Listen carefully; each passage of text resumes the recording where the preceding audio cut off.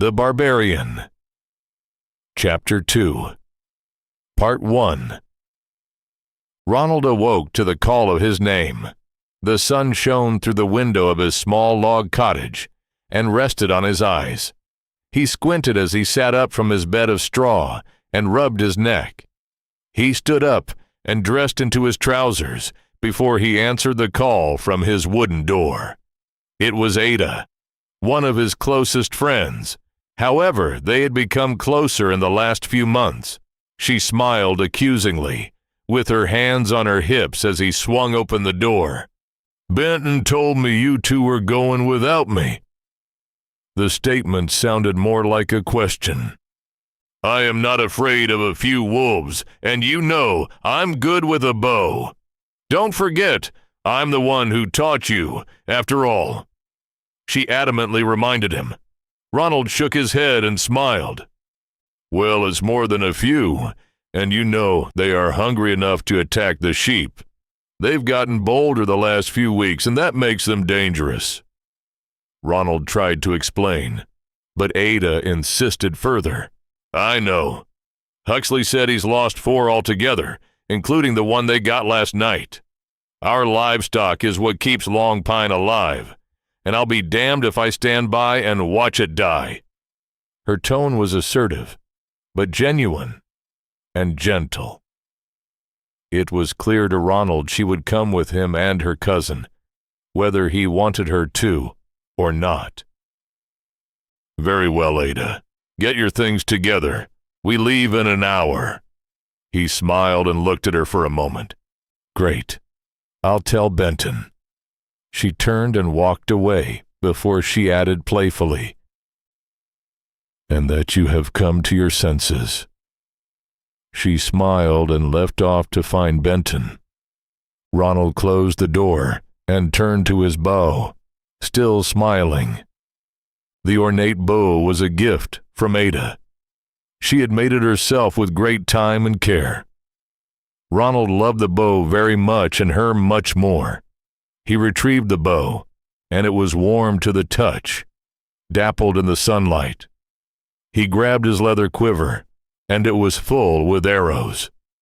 He quickly checked each one for any damage, and saw they were good. He slung the quiver over his shoulder and left his cabin.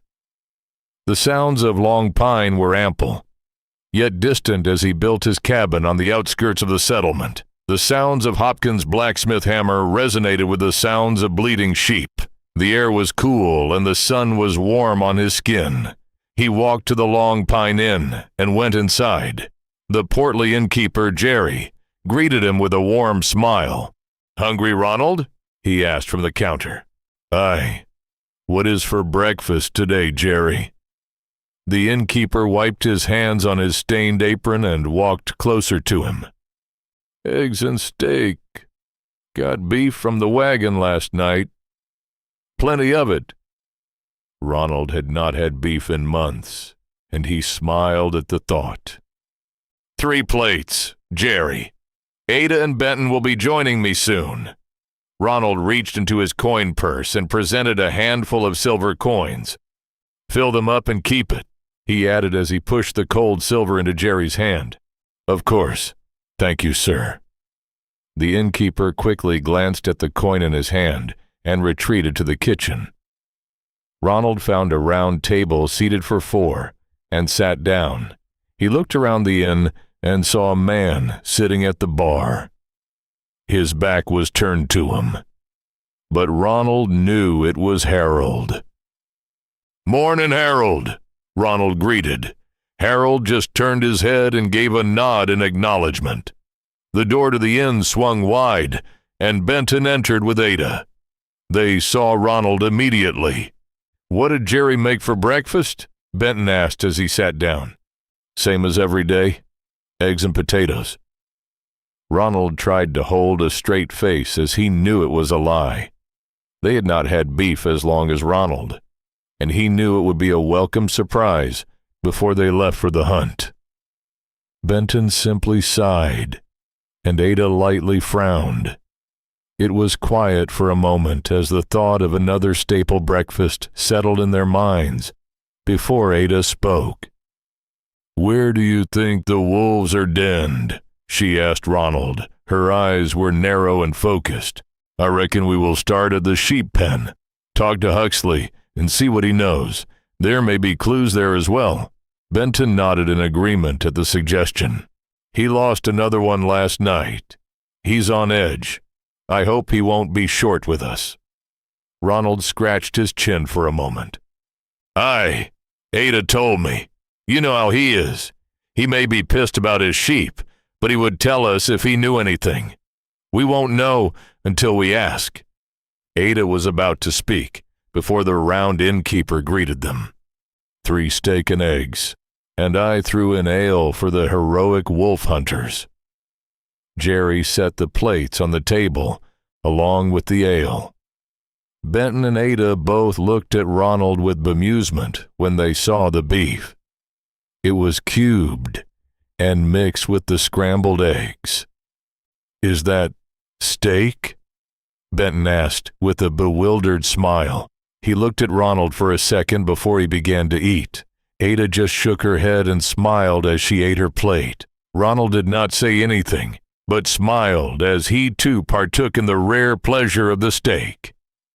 It was silent until they finished the indispensable meal.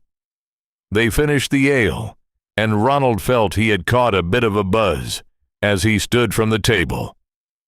His companions followed suit, and he waved at the portly innkeeper as he pushed open the heavy oak door of the Long Pine Inn and stepped outside. It was midday as Ronald, Benton, and Ada walked to find the shepherd, known as Huxley. They approached a small cabin with the wide, circled sheep pen and found no shepherd or sheep. They realized the shepherd had brought his flock to the field to graze about a half-mile outside of the settlement. Benton knew where this was, and they found him easily. "Huxley!" Ronald greeted the shepherd as he walked. Huxley waved as his gaze returned to his flock. 2 weeks ago, Long Pine had 27 sheep total. Today, they had 9, and all of them were grazing near the shepherd. Ronald had thought Huxley was a little strange, but he knew he meant well. He was certainly better than the last shepherd they had. Ronald could not remember his name, but did remember, in fact, that the sheep herder had fornicated with the sheep. The residents of Long Pine had discovered this when a young boy caught him in the middle of the heinous act, which had rightfully infuriated the entire settlement. Ronald remembered he played part of the mob to apprehend the shepherd and punish him. However, they were too late and found he had fled his abode and took nothing, save for 1 sheep. A final count and an additional recount of the sheep for good measure had informed the people of Long Pine of this horrible realization. No attempts were made to go after the bestial shepherd, and Ronald reckoned this was 2 years ago. Ronald dismissed the memory as he approached Huxley. "Heard you lost another one last night." The shepherd gave a dismayed look before Ronald continued. "Anything you could tell us would be of great help." Huxley looked at all his sheep, as if he were counting them before he finally turned to Ronald. "Aye, them curs gotten 'nother a night 4. The shepherd nodded to his own statement before he spoke again. "Well, this time, them dogs left a trail o'er yonder." Huxley nodded in the direction back towards Long Pine. "Ain't far from a pen. Keep your eyes south of a gate. Y'all'll see." Ronald looked back towards the sheep pen, then back to Huxley and nodded. "We'll take a look, shepherd. We'll put an end to this slaughter." Huxley nodded at Ronald and looked at Benton and Ada. "Thank ye. It'd be a burden you're lifting off of me greatly." Ronald nodded again, and the hunting party began to walk back towards Long Pine. "I haven't realized how many sheep we've lost to these damned wolves," Ada grumbled. Benton looked at his cousin and agreed. "I know. How many times have we gone out there searching? It's got to be a dozen times now. Ada looked at the ground solemnly. At least. And nothing every time. At least this time. We may have a lead. Benton gave a heavy sigh and thought for a moment. If we don't find them, Long Pine won't last much longer.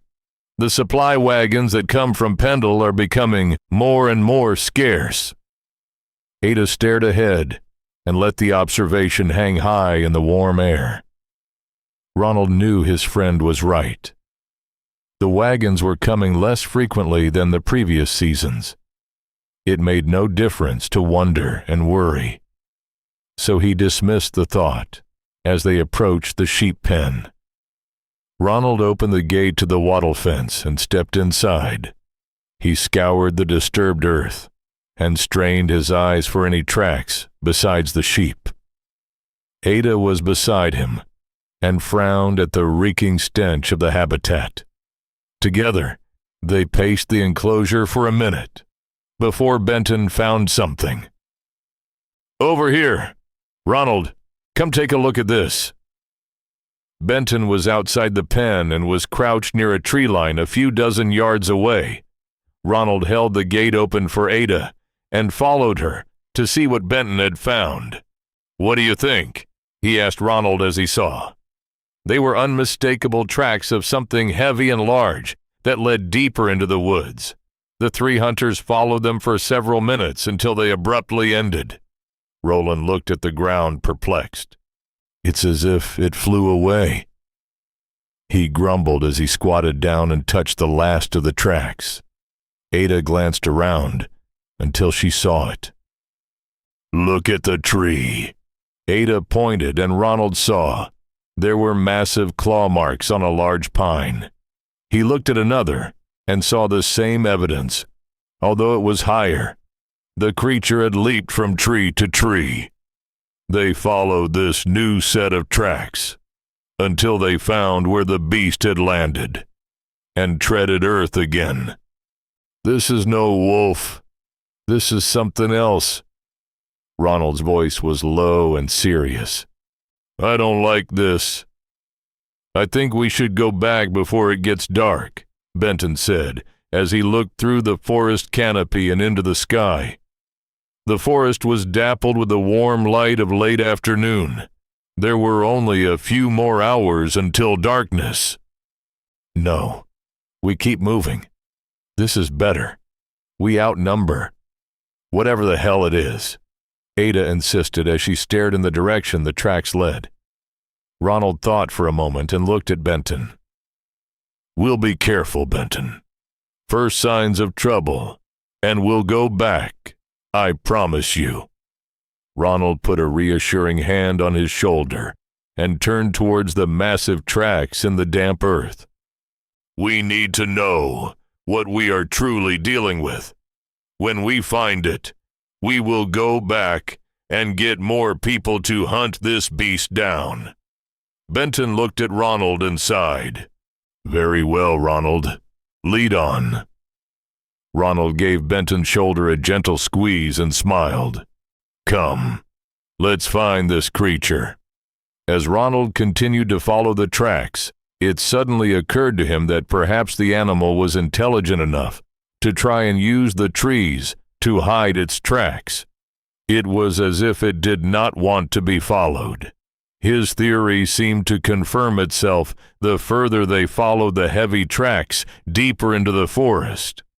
It had not leaped onto another tree for another hour of walking before the gloom of night settled upon Ronald and his companions. Ronald saw the tracks end as the last trace of sunlight faded and looked to the trees. He could barely see and began to think it was time to start the journey back until he heard the sound of dry wood falling on mud. We'll camp here tonight. Continue in the morning, Ada declared, and had already set to the task of gathering wood for a fire. They had brought no camp equipment nor food. To Ronald, settling down on the cold forest mud for the night was far from appealing, but he knew it would be better than stumbling in the dark. "Aye, this beast went along further than I had thought. Benton, help Ada gather the wood. I will start the flames." Ronald pulled out some flint and steel from a pouch in his quiver and began to strike it on the dry timber. The ember quickly caught the shavings, and a small flame wicked to life as it hungrily accepted the fuel. Ada and Benton added the dry wood they had found to the flames and sat down. The smell of wood smoke filled the air and overtook the potent scent of pine and earth. It was a beacon of light that shone in the perpetual darkness of the forest. They watched the flames in silence for some time.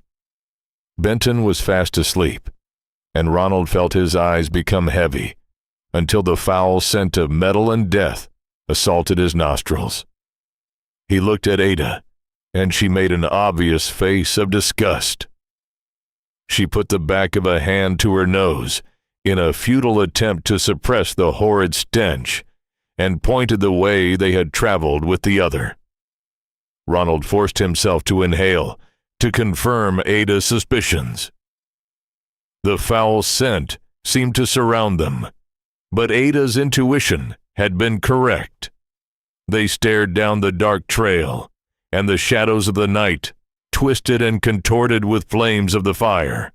Their fear was ample, but it intensified when they heard the low, unmistakable growl of a beast of prey.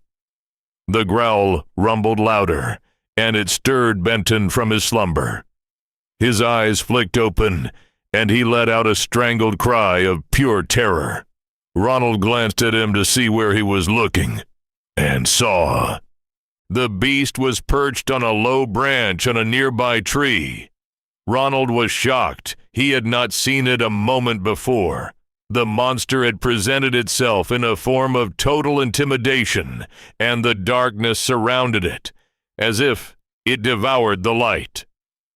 To Ronald, it looked like an enormous bear, with massive quills jutting out of its back.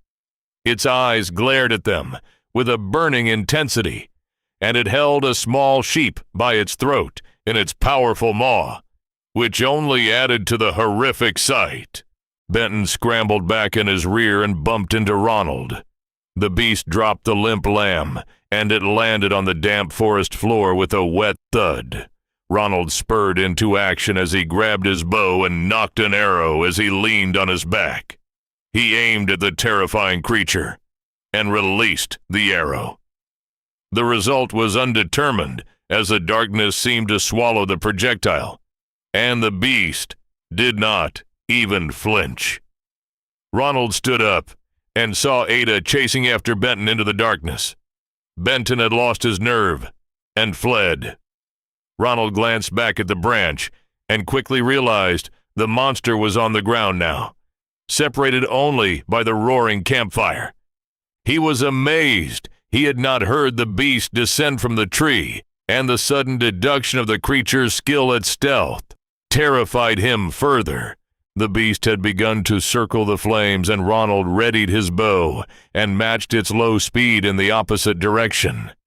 He nocked another arrow, which caused the predator to stop, and it snarled at him. Ronald was petrified as he stared into the eyes of the monster. They seemed to burn with a fire of their own, amplified by the flames in front of it. Ronald felt his nerves slipping, and his own eyes felt hot, as if they too were burning. He loosed the arrow, and to no avail. The darkness that surrounded it seemed to devour the arrow, just the same as the light around it.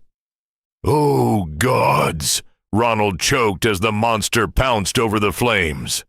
Ronald dropped to the ground as quick as the monster jumped. The creature did not expect this, and it had overshot its prey. The creature's momentum had sent it head first into the trunk of a thick pine. Ronald saw this and ran for his life. The monster was discombobulated by the collision, which had saved Ronald's life. He kept sprinting through the dark forest towards Long Pine until he reached the sheep pen. Ronald had glazed back several times, expecting the monster to pursue him, but it did not. For once, he was thankful it had taken another sheep. He found Benton sitting down with his back to the wattle fence of the pen. He was sobbing uncontrollably and had not even noticed Ronald was standing over him. "Benton, where is Ada?" Ronald asked him low and serious. Benton had tried to speak, but it was babbled and incoherent. Ronald expected the worst as he waited for Benton to regain his composure. I don't know, Ronald," he cried, and the outburst was loud in the early morning hour. He choked back a sob before he continued. "She was telling me to stop. She wanted me to stop running, but I didn't." He wiped his snot and tears with his tunic. "I don't know what happened. She was behind me one moment, and the next. She wasn't. Damn it all, Ronald. Why didn't I listen to her?" Ronald crouched down beside him and hugged him. "We'll find her. I don't think that fucking thing got her." He let go of Benton and stood up. He looked back into the forest, which was now beginning to catch the early light of the coming day. "The thing tried to get me back there." Ronald trailed off as he recalled the recent memory before he shook his head. "Benton, there is hope for her. She may have gotten lost. That monster had one of our sheep. I do not think it would go after Ada because of this." Ronald looked at Benton, and this sudden revelation seemed to pacify him. He nodded and rose to meet Ronald and hugged him again. "You're right, Ronald. I know you're right. But what do we do now?" Benton stepped back and looked at him with sorrow. "Go to the inn and get some food.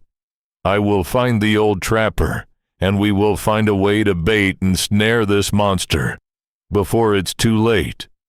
Benton nodded and obeyed, eager for a warm meal and a cold drink. Ronald walked into Long Pine, and the first of the early risers were already stirring.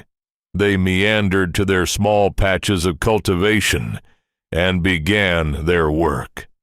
Ronald found Harold walking down the wide, mud-trodden path, which was the main street of the small settlement. He carried a bundled fishing net and a wooden bucket as he was headed towards the river. "Harold, Benton and we need your help," Ronald admitted solemnly. The old trapper took one look at him and knew it was serious. Harold, ever the stoic, grumbled and nodded. He set his fishing net in the bucket and set it aside off the road. "I'll tell you about all of it over a drink," Ronald said, and watched as Harold simply started walking towards the inn of Long Pine. They swung open the heavy oak door and found Benton with a bowl of stew and a mug of ale. Benton called out to the portly innkeeper when he saw Ronald and Harold. "2 more of each, Jerry." The innkeeper gave Benton a curt nod before he went into the kitchen.